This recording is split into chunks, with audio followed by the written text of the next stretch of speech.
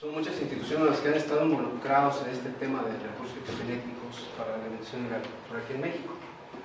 Seguramente algunos de ustedes, cuando presenten algunos de los datos, van a decir, yo participé allí, yo fui parte de algunos de esos proyectos. Este es el contenido, son varios puntos, pero de forma muy breve. Les voy a hablar un poco de los antecedentes de recursos fitogenéticos, tanto en el ámbito internacional como en el ámbito nacional. Les voy a hablar de esta estrategia del Sistema Nacional de Recursos Fitogenéticos en México, que fue implementada por la Secretaría de Agricultura. El índice de compuestos para recursos fitogenéticos para la alimentación y la agricultura es una evaluación que recientemente hace FAO en los diferentes países a ver cuánto trabajo han desarrollado y cómo están las diferentes áreas que ellos tienen como prioridad para atender esta parte de recursos fitogenéticos a nivel mundial. Les voy a hablar también un poquito ya más de la estrategia de SINAREFI, que es la conservación en sus dos grandes estrategias, conservación in situ, conservación ex situ. El uso y potenciación de estos recursos no solamente es conservarlos, no solamente es tenerlos, sino cómo los aprovechamos realmente para buscar un bienestar de toda la población mexicana, incluso en el ámbito internacional. La creación de capacidades, lo que se requiere para el aprovechamiento de esta gran diversidad, acciones en otros cultivos por diversas instancias.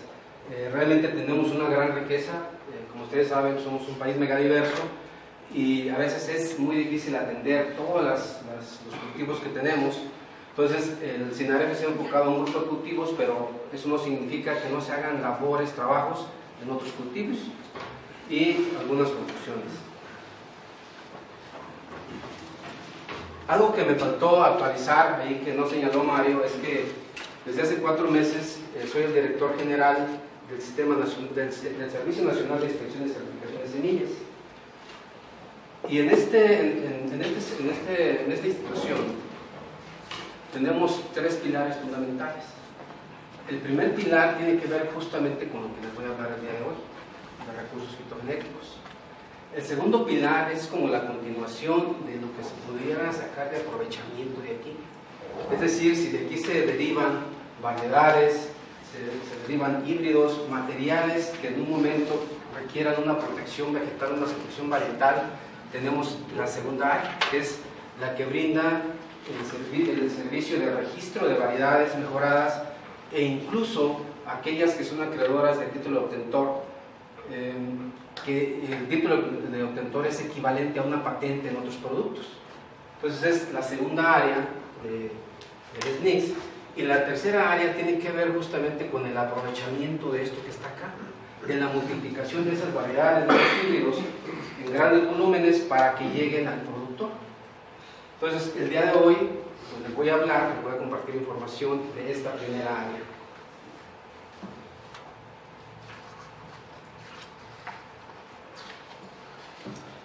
Si nosotros vemos en el gran contexto,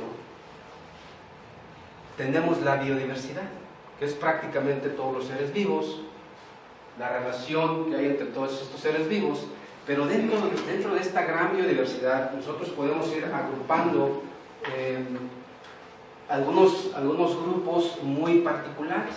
Por ejemplo, para la Secretaría de Agricultura, pues le interesa mucho todo lo que tenga que ver con producción, lo que tenga que ver con alimento. Y uno de los primeros grupos, pues es este al cual nos vamos a referir el día de hoy, dentro de toda esa biodiversidad, recursos fitogenéticos. Y más acotado, todavía la FAO señala para la alimentación y la agricultura. No solamente esta parte le interesa a la Secretaría de Agricultura, le interesa también todo lo que tenga que ver con animales, toda la parte de zoogenéticos. Le interesa también la parte forestal. Le interesa ahora la parte microbiana. Entonces, para todos estos hay un programa, se está generando un programa en la Secretaría. De hecho, se instaló un programa hace como 6 años que ahorita lo estamos volviendo a retomar.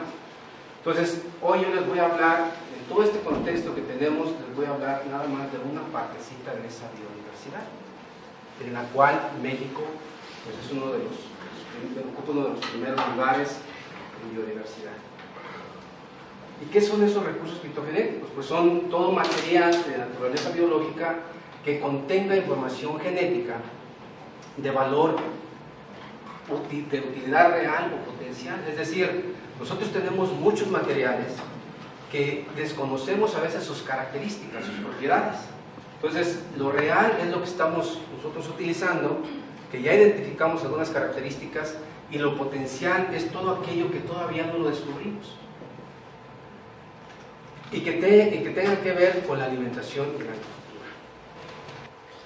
Cuando estos materiales se llevan por algunos países, incluso países que tienen programas de mejoramiento más definidos, que tienen mucho más recurso económico, tienen más claro cómo pueden aprovechar estos materiales, pues empiezan a descubrir genes, empiezan a descubrir características de importancia para la producción, para la alimentación.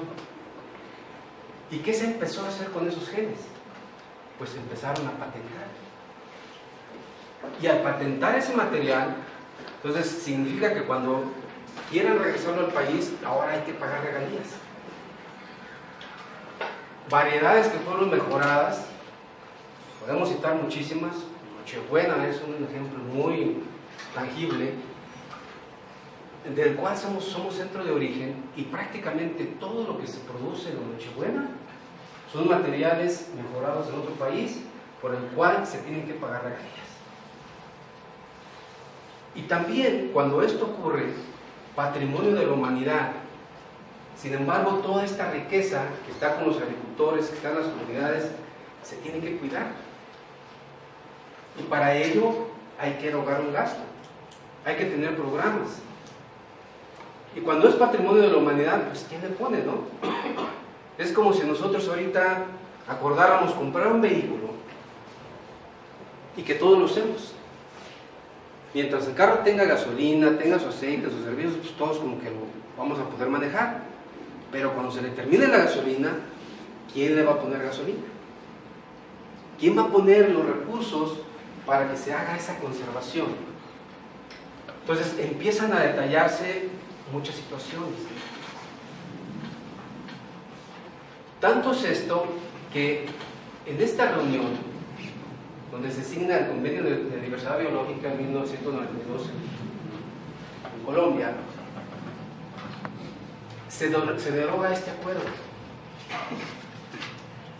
Y lo que se maneja a partir de ese momento es que cada país tiene soberanía en sus recursos genéticos.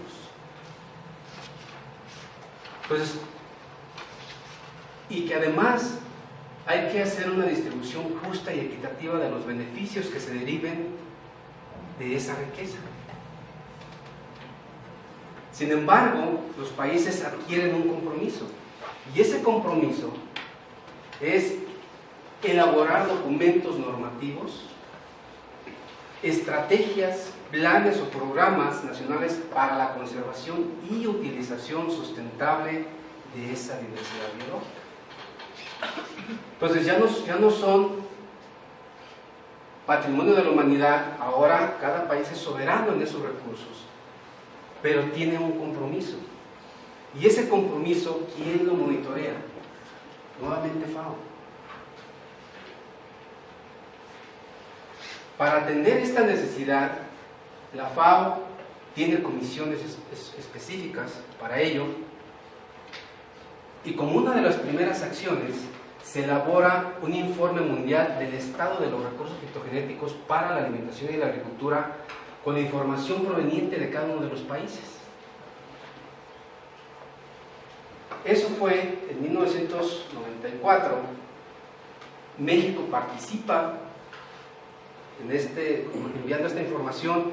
Sin embargo, esa información fue parcial, no se contempló todo lo que existía en México. Prácticamente fue un informe que se realizó con lo que el INIFAP había venido desarrollando, pero quedó fuera prácticamente todo lo que las demás instituciones realizan. Fue así que en el 2000 se contrata a la Sociedad Mexicana de Fitogenética para que elabore un diagnóstico más amplio de la diversidad fitogenética en México. Y sale un documento publicado, sale un libro publicado en fecha de 2000. Pero sin embargo, ¿qué pasa con todos los países que no son megadiversos? aun cuando se había llevado material, todos los países somos dependientes de la diversidad. O sea, México, aunque es un país rico en diversidad biológica y específicamente en recursos fitogenéticos, si ustedes revisan las estadísticas, van a encontrar muchos cultivos de los que no somos centro de origen ni de diversidad. Trigo, por ejemplo, es uno de ellos, y del cual pues, se produce una gran cantidad en nuestro país. Entonces, existe la necesidad de ese intercambio de material genético. Y entonces, lo que genera la FAO es un tratado internacional. Es un tratado internacional con un instrumento normativo para facilitar el acceso y la distribución de beneficios de toda esa riqueza genética entre los países signatarios. México no ratificó y no ha ratificado ese tratado internacional. ¿Y esto qué significa? ¿Que no puede mover germoplasma? Sí, sí lo puede hacer, pero lo hace entre convenios bilaterales, es decir, si Canadá solicita material, se hace un convenio específico con Canadá. Si España requiere material, pues se hace un convenio específico. Lo que facilita el tratado es una normatividad estándar donde fácilmente se puede mover el germoplasma. Por norma de la FAO, todos los bancos internacionales se sumaron a ese tratado internacional, estuviera signado por el país o no. ¿Esto qué significa? Que, por ejemplo, CIMIC, aunque México no signó ese convenio, ese tratado, CIMIC mueve el material genético a todos los países. Como yo les señalaba, en toda esa biodiversidad, la FAO empieza con la parte de fitogenética, pero también rápidamente se dan cuenta que para la alimentación y la agricultura no solamente son las plantas, sino que también está la parte animal, está la parte forestal, está la parte acuática y la parte de microorganismos. Ya tienen un primer informe, este está a punto de terminarse, ya tienen en la parte de zoogenéticos, en la parte de forestales y en la parte de microbianos se está trabajando. Y acá ya vamos para el tercer informe mundial. Entonces, a nivel de la FAO también se está pensando en estos otros subsistemas, como se les conoce.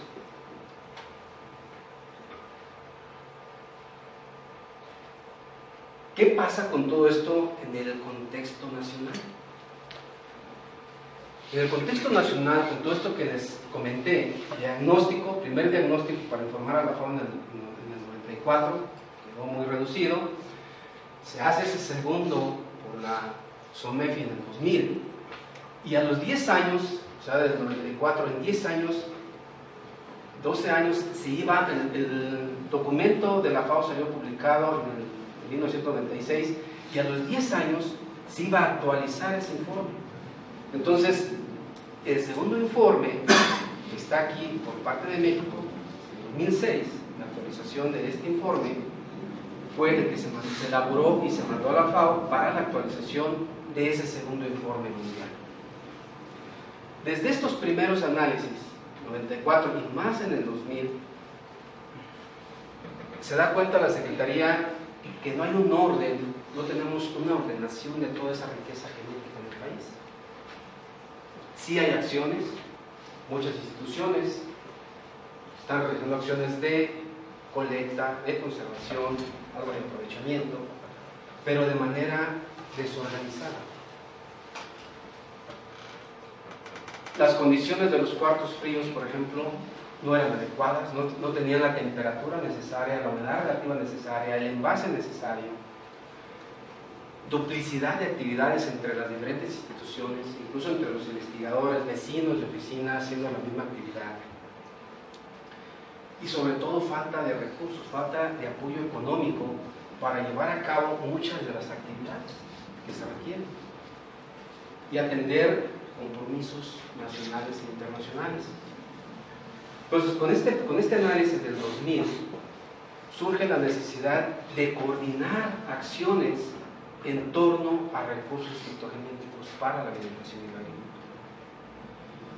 Y la Secretaría inicia con un programa que se llamó Sistema Nacional de Recursos Fitogenéticos.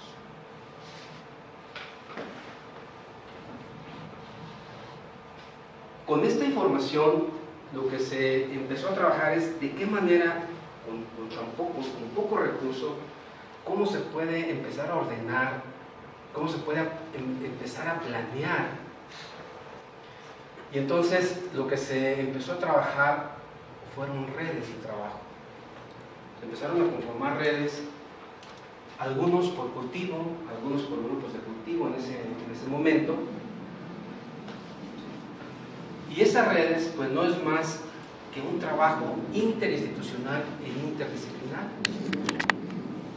donde una red está conformada por investigadores, pueden estar asociaciones civiles, agricultores, con un propósito en común de conservar y aprovechar. Aquí ustedes pueden ver la cronología de algunas de las actividades del SINAREC.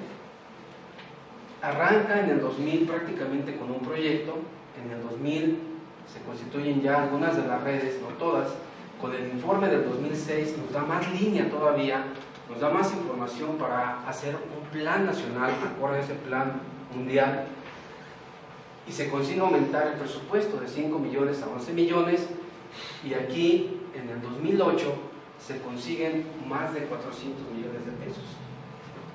Con esos 400 millones de pesos, una parte fue para construir el centro de conservación que está en Tepatitlán.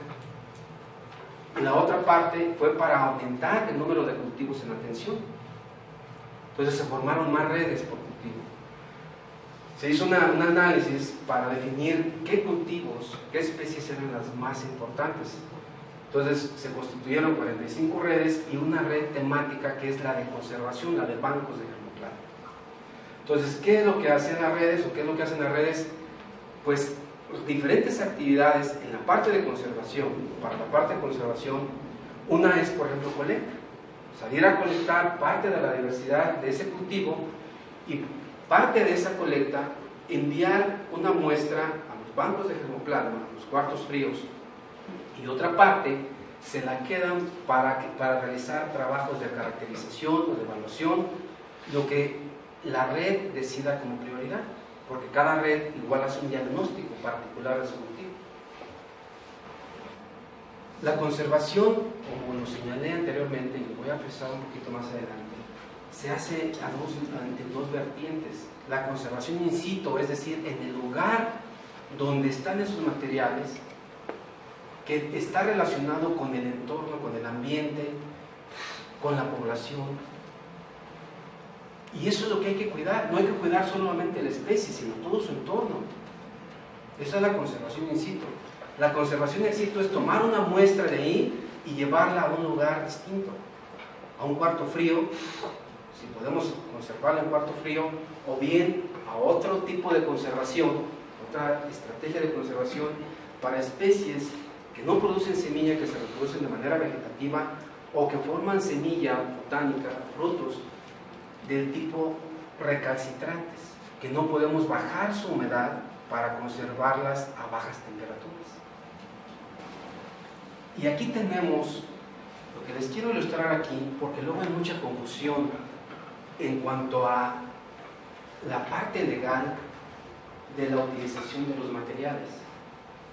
La diferencia entre un material mejorado, aquel que tiene nada más un registro en un catálogo que lleva el SNICS, o aquel que tiene título de obtentor. A diferencia de lo que tenemos como silvestres, a diferencia de lo que tenemos como diversidad en muchos cultivos. Aquí cabe, por ejemplo, el frijol, el maíz, donde hay muchas variedades que tienen los agricultores y que seleccionan semilla año con año para sembrar. Entonces, toda esta parte silvestre, en teoría, Semarnat es la que debería de realizar las acciones pertinentes para su conservación y su aprovechamiento. Esta parte de diversidad de cultivos ya, donde tenemos estos tan emblemáticos como maíz, frijol, pues ya le tocarían a Zagarpa. De todo esto, tanto de aquí como de acá, se pueden generar variedades mejoradas. Aquí tenemos muchas variedades mejoradas en el catálogo, en el SNICS hay más de 1000, muchas variedades, donde se puede producir semilla para venta al agricultor. Pero que los fitomejoradores pueden tomar ese material para continuar haciendo mejoramiento sin tener que pedir permiso a nadie. Después tenemos otra categoría que son híbridos, variedades que pueden tener un título de obtentor, es decir, una patente prácticamente, lo equivalente a una patente. Y ahí sí nos aplica otra normativa, una normativa también que viene desde el ámbito internacional, que es la Unión para la Protección de Variedades Vegetales. Entonces, ¿qué es lo que pasa con muchos materiales, hortalizas, flores, que nosotros traemos de Holanda, de otros países? Tienen título de obtentor. Y por tanto, tenemos que pagar regalías. Entonces yo me he encontrado ahorita con una problemática muy fuerte, parte de hortalizas y más fuerte en la parte de ornamentales. Entonces cuando uno va con los... Y esta parte de trabajo también le toca al SNICS. O sea, si va una persona, nosotros llevamos el registro de los títulos de obtentor, la emisión y el registro de los títulos de obtentor, y por tanto también cuando hay un problema legal, que alguien se está pirateando, haciendo un uso inapropiado de esa patente, nosotros tenemos que actuar. Entonces, en flores, por ejemplo, pues tenemos una gran problemática porque muchas de las flores, muchas de las especies se reproducen de manera vegetativa. Es muy fácil clonar. La parte de clonación, importan ustedes una variedad de rosa, empiezan a multiplicarse por yemas, un descontrol completo. Y el que tiene el título de obtentor dice, no puede actuar porque me están pirateando mi material. Si ahora a nosotros nos piden material de Nochebuena, cualquier país, le podemos dar trazabilidad. Si genera una variedad, entonces vas a compartir tus beneficios.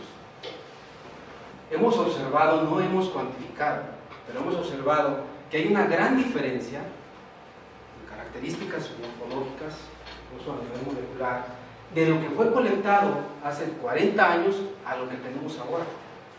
¿Por qué? Porque lo que se colectó hace 40 años, 30 años, detuvo su proceso evolutivo. Se colectó, se puso en un cuarto frío.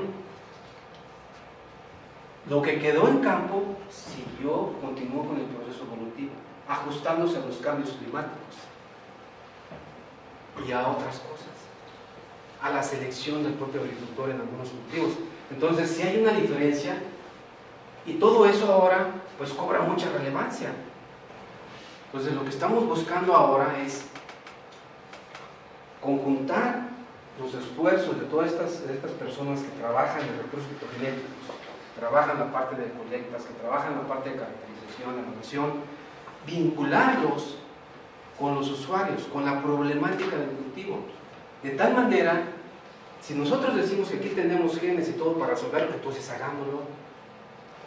Vamos a hacerlo, vamos a tratar de la problemática que tiene el cultivo, las necesidades que hay en el mercado, tratar de cubrir esas necesidades. Es un gran reto. Y para ello requerimos también todo un plan estratégico. Y es lo que vamos a desarrollar en este año.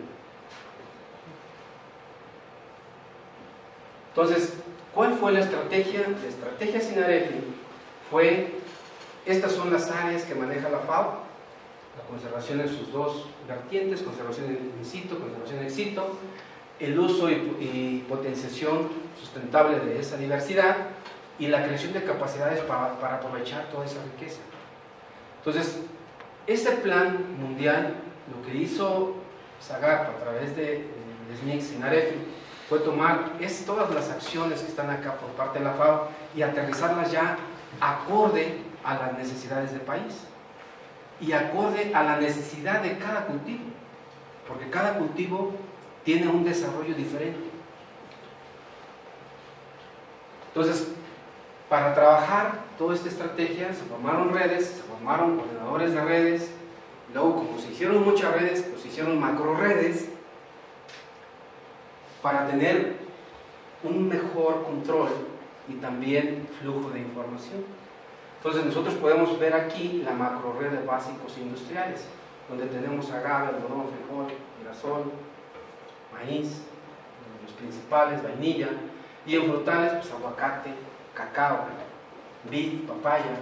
Entonces ustedes pueden ver aquí en hortalizas, los dos principales, chile, jitomate, calabaza, camote, chayote. Otro grupo, porque con todo esto, pues llegaban a veces proyectos de otras especies, ¿no? Especies que tienen una importancia antropocéntrica. Entonces en Impulso, por ejemplo, tenemos achiote, quelites, romeritos, verdolaga, yuca, y en quelites pues es una infinidad de especies.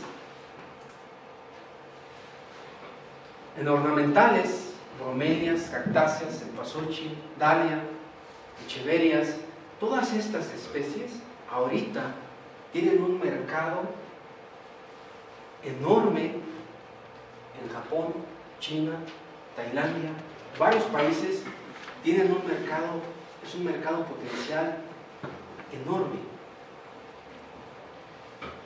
Entonces ahorita estamos trabajando con toda la gente de ornamentales, los productores de ornamentales, para ver cómo aprovechamos esta riqueza. Esta es la evaluación reciente que nos hizo la FAO. Vean ustedes, a nivel mundial en conservación in situ, de acuerdo a este índice que ellos utilizaron, y que es, este índice se genera por las actividades que se han generado en conservación in situ. Hay cuatro acciones con varias actividades en ese plan mundial de la FAO.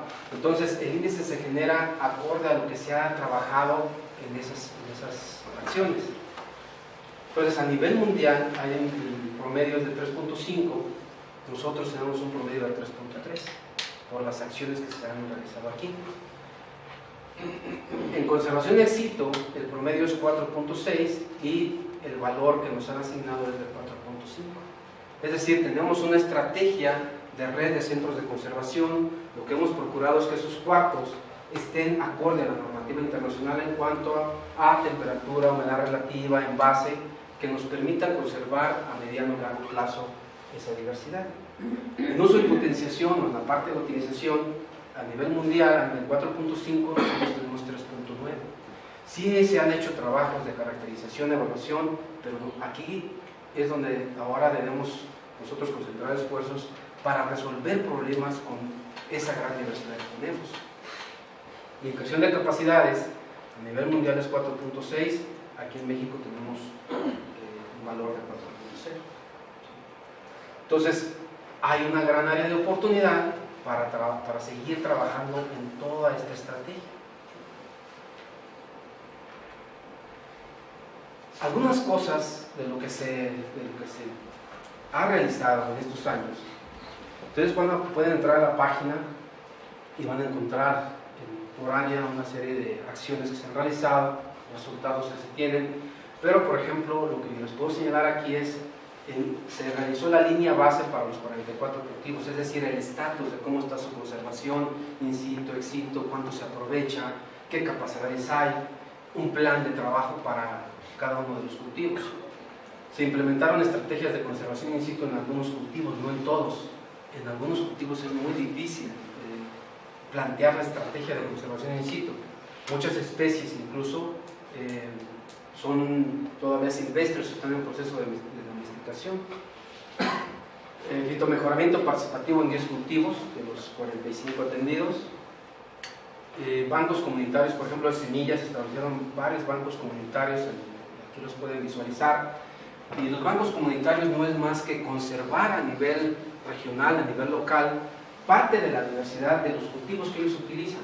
Y a esos agricultores se les da un incentivo, se les da un apoyo para la compra de algunos insumos que ellos necesitaran, y el compromiso de ellos era seguir sembrando ese material, seguir conservando ese material y facilitar semilla a los vecinos que lo solicitaran. Y aparte, también trabajar con ellos algo de mejoramiento participativo. Algunos de los materiales, sobre todo el maíz, digamos, incluso aquí más cerca a Chalco, nosotros vemos que el material, por ejemplo, tiene una altura muy grande, la mazorca una altura muy arriba, por arriba de la mitad de la planta, y eso, por ejemplo, provoca caña, algunas más susceptibles a algunas enfermedades. Entonces son algunas características que se pueden ir, con la parte de selección participativa con el agricultor, se pueden ir mejorando, conservando la diversidad de esa raza. En la parte de conservación ex situ, se acondicionaron, de acuerdo a las normas internacionales, varios cuartos fríos, prácticamente por región. Tenemos uno acá en Narro, uno aquí en Guadalajara, otro aquí en Chapingo, otro en Chapingo, pero en Oaxaca. Son cuartos fríos. Aquí está el CNRG, el Centro Nacional de Recursos Genéticos, que está en Tepatitlán. Tenemos otros bancos de germoplasma para especies de reproducción vegetativa, con plantas perennes. Esto está más por clima. Acá está uno en Rosario Zapa, en el INIFAB. Tenemos uno aquí en Citamex y otro aquí en Chapingo. Pues, por ejemplo, en Citamex está todo de aguacate, está lo de anonáceas, varios frutales. Ahorita se tiene registro de más de 64,000 muestras. Aquí están las familias a las cuales pertenecen esas muestras, pero simplemente para darles una idea, aquí 1.360 especies, pero para darles una idea, alrededor de 17,000 son de maíz y otras 9,000 son de frijol. Entonces hay otras que están menos representadas y allí hay otra área de oportunidad para colectar parte de la riqueza de esas especies. Tenemos una gráfica más o menos de la evolución en cuanto a colectas. Se colectó mucho en el 2000 con un proyecto de Conavio y todo lo que hizo Sinarefi. Tuvimos un repunte muy grande por parte de colectas. Y ahora todo ese material, por el protocolo de Nagoya, se está trabajando en toda la normativa para su movimiento a nivel internacional. Ya se experimentó con 2 casos, entonces ya se están haciendo las aplicaciones de ese protocolo. Se han generado varias variedades de uso común registradas en el catálogo que lleva el SNICS. Aquí tienen los cultivos, aquí tienen el total de cada una de ellas, por ejemplo, chayote 14, cempasúchil 30, aguacate 11, frijol 4, guayaba 5. Entonces tenemos, por ejemplo, Nochebuena, son 11 los materiales que se han registrado ya de este catálogo, producto de los trabajos de las redes. Aquí tienen ustedes algunas de las publicaciones, todo esto lo pueden consultar en la página. Pueden ver ustedes aquí todo lo de achiote, querites, romerito, bromelias, cactáceas, toda la parte de ornamentales.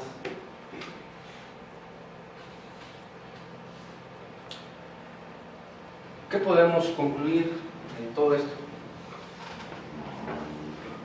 Lo que nosotros creemos pues, es que la Constitución del Sinarefi logró realizar varios avances en toda esta parte de conservación y aprovechamiento. Se cuentan con algunos impactos, ya señalamos algunos de ellos.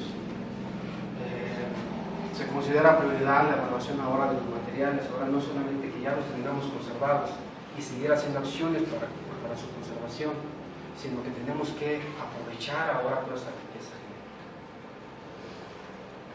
Aumentar el uso de esos materiales, el resguardo, o sea, si no, pues se nos vuelve prácticamente un panteón con todos esos materiales. Entonces tenemos que hacer las acciones pertinentes para que ese material fluya a través de los usuarios o los programas de mejoramiento genético o para estudios de investigación como son tesis, ¿no? En el caso de nosotros.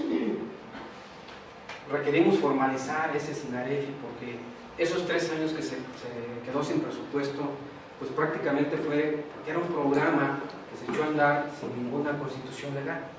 Pues cuando hay un cambio en la Secretaría, si el que está en el área conoce el tema, le interesa el tema, pues lo apoya, y si no, pues ahí lo deja, ¿no? Y fue prácticamente lo que pasó. Pues ahorita lo que estamos trabajando fuertemente es precisamente en darle esa legalidad.